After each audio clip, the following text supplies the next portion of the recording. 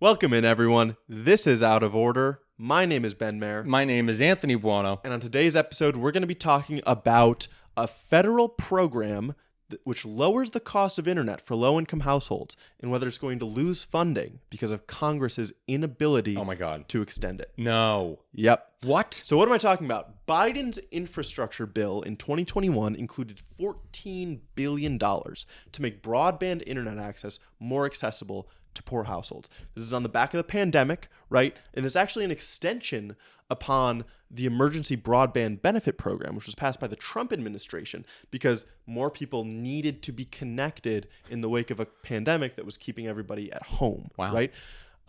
Now, after expansion, the program provides subsidies for 23 million households, ranging between $30 and $75 a month. Wow. 23 million households, that's like 15% of the country. No. Oh, households. It is. Households. Yeah, that is like 15% of the country. That's crazy. Exactly. And so that $30 to $75 a month, that sounds like very little. But we're talking about people who are often deciding between paying for internet or food and rent and electricity. That makes a difference. Yeah, it does make a difference. So we've got a few stories here that I want to talk about to emphasize how much of a difference it actually does make. Cindy Westman relies on internet to care for her daughter. She's a resident of Eugene, Illinois. Her daughter has cerebral palsy, and she engages with doctors virtually to care for her. She often has to skip meals to feed her daughter. Oh my God. She gets by on Social Security disability payments, and the subsidies pay for her entire internet bill. Oh, jeez. If she doesn't have these, it's going to be that much harder to keep her internet and care for her daughter. You have Walter Durham, a 68-year-old Navy vet who uses the internet to talk to doctors and uses the $30 in savings to eat healthier food. He also gets by on Social Security payments. And then you have Michelle McDonough, 49, lives off Social Security disability payments and works part-time. She's currently working towards an associate's degree in behavioral health, but in order to try to keep pursuing that degree, she'll probably have to cut back on groceries without this subsidy.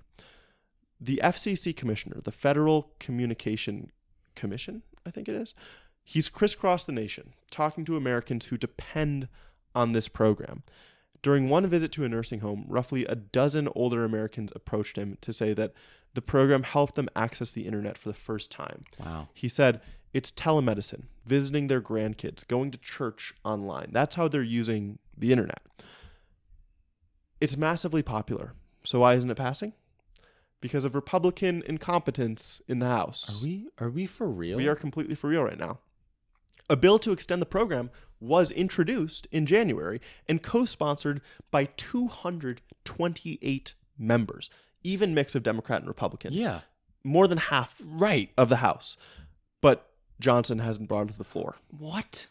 Because two reasons. Political win for Biden. Of course. And the Republicans want no part of that in an election year, and because he'll face backlash from his right flank. Wow. If he pushes it through, just because it's more government spending. Sure. So let's steelman this. Let's see. Okay, the argument against is too much government spending. Well, the thing is, multiple analyses have come out to look at the economic effects of this. And on the conservative side, studies show the program generates nearly $2 of GDP for every dollar spent. Oh my God. Yeah, because there's that much more efficient people being able to access the internet, the market, and everything. Exactly. People can be employed who otherwise wouldn't be able to. They can save on healthcare via telemedicine. They improve access to education. It's a basic need. Internet is a basic need in modern day life. And having it enables people to be that much more productive. So even though all rational arguments point to passing it, the irrational actors involved, the Republicans, will prevent it from happening. And I want That's unreal. That needs to be understood because they're trying not to pass it to save their political asses.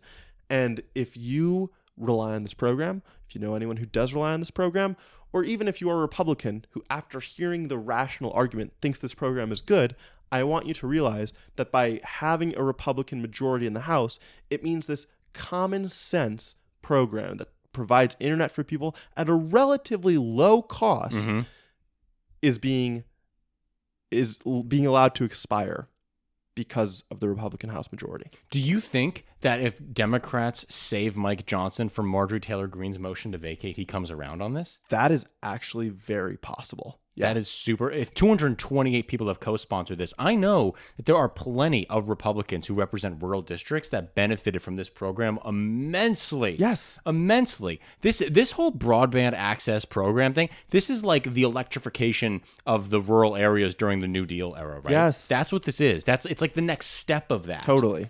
I think that Mike Johnson could get pushed into supporting something like this if Democrats prop him up. And save him. I just hope there's enough attention on it to do that's it. what Right? it needs to be. It needs to be the attention. There's another story that's a tangent off of this, but I think it's the same line here. The Republicans are not going to renew cancer research funding through the Moonshot program. There's a whole thing that was passed under the Obama administration to fund research against cancer, and Republicans are not passing it. It's like $1.4 billion, and I think it's like $1.4 billion for the next 10 years, and they're not going to vote to continue that program. That's sad. Yeah. Hopefully the new composition will get it through. Hopefully. Thank you for watching this episode of Out of Order. I can't believe you made it to the end. If you like this video, subscribe to us on YouTube, and if you really like us, check us out on Patreon. This week, one of our videos is about Antony Blinken, the Secretary of State, and his tours to China and the Middle East. Our other video is talking about Biden's new regulations in school meals about sugar and sodium content. And then this week, we did a deep dive into why the U.S. and European economies are diverging so much. Thanks, guys. See you on the next episode.